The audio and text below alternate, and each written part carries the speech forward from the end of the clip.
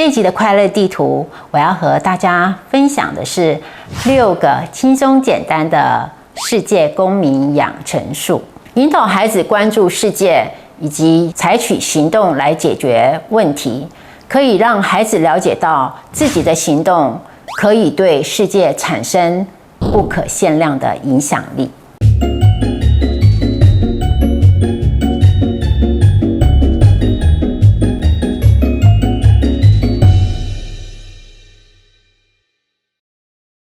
快乐地图创造幸福，各位亲爱的朋友们，大家好，我是 Jessie， 欢迎收看快乐地图。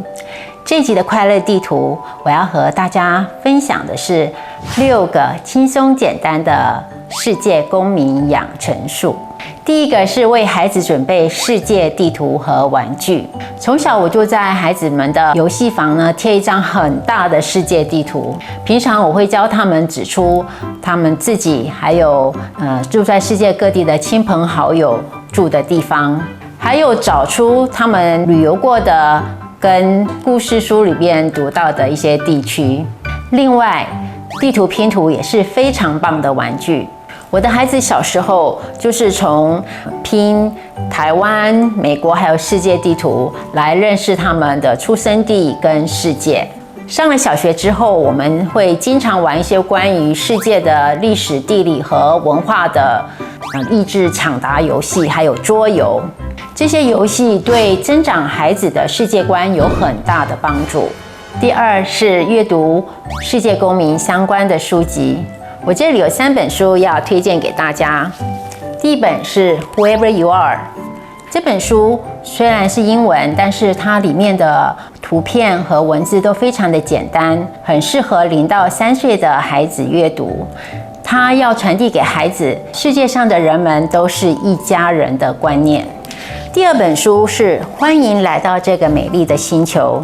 这本书在介绍地球的多样性和它的美丽，另外它也介绍地球上的形形色色的人跟动物。此外呢，它还传达了一个信息，就是说我们只有地球一个家，所以我们要好好的照顾它。第3本呢是世界的孩子不一样的生活。这本书在介绍的是来自7个地区7个孩子，他们在食衣住行都不同的一天，让孩子能够透过了解和比较不同地区的人的生活，来了解彼此文化的异同。第3呢是尝试世界各地的美食，要让孩子能够了解世界各地不同的风俗习惯，可以从尝试不同的美食开始，像是可以带孩子去餐厅吃不同的料理，或是在网上呢可以找一些食谱和孩子一起制作。另外呢，参加一些国际美食节也是个很有趣的体验。第4是鼓励孩子学习不同的语言。学习不同的语言不只是提升孩子的竞争力，更是可以帮助孩子了解不同的文化，以及能够跟不同的族群的人互动沟通的良好途径。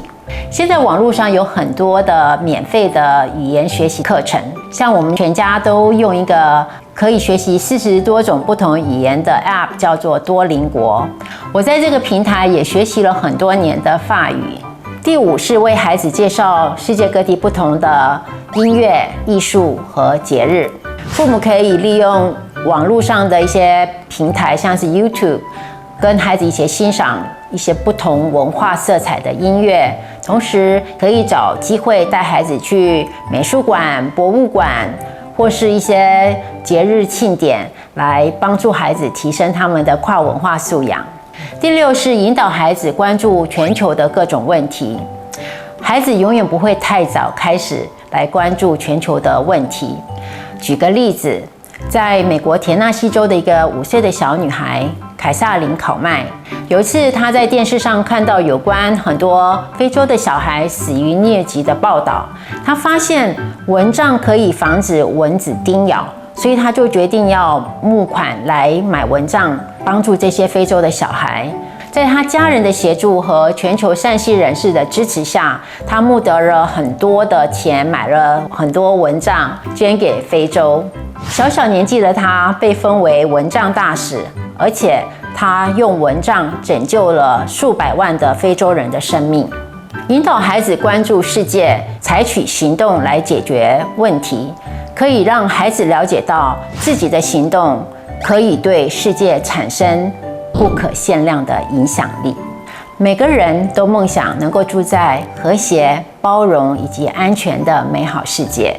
甘地说过，你必须成为你想在世界上看到的改变。培养孩子成为世界公民，就是改变世界的开始。大家同意吗？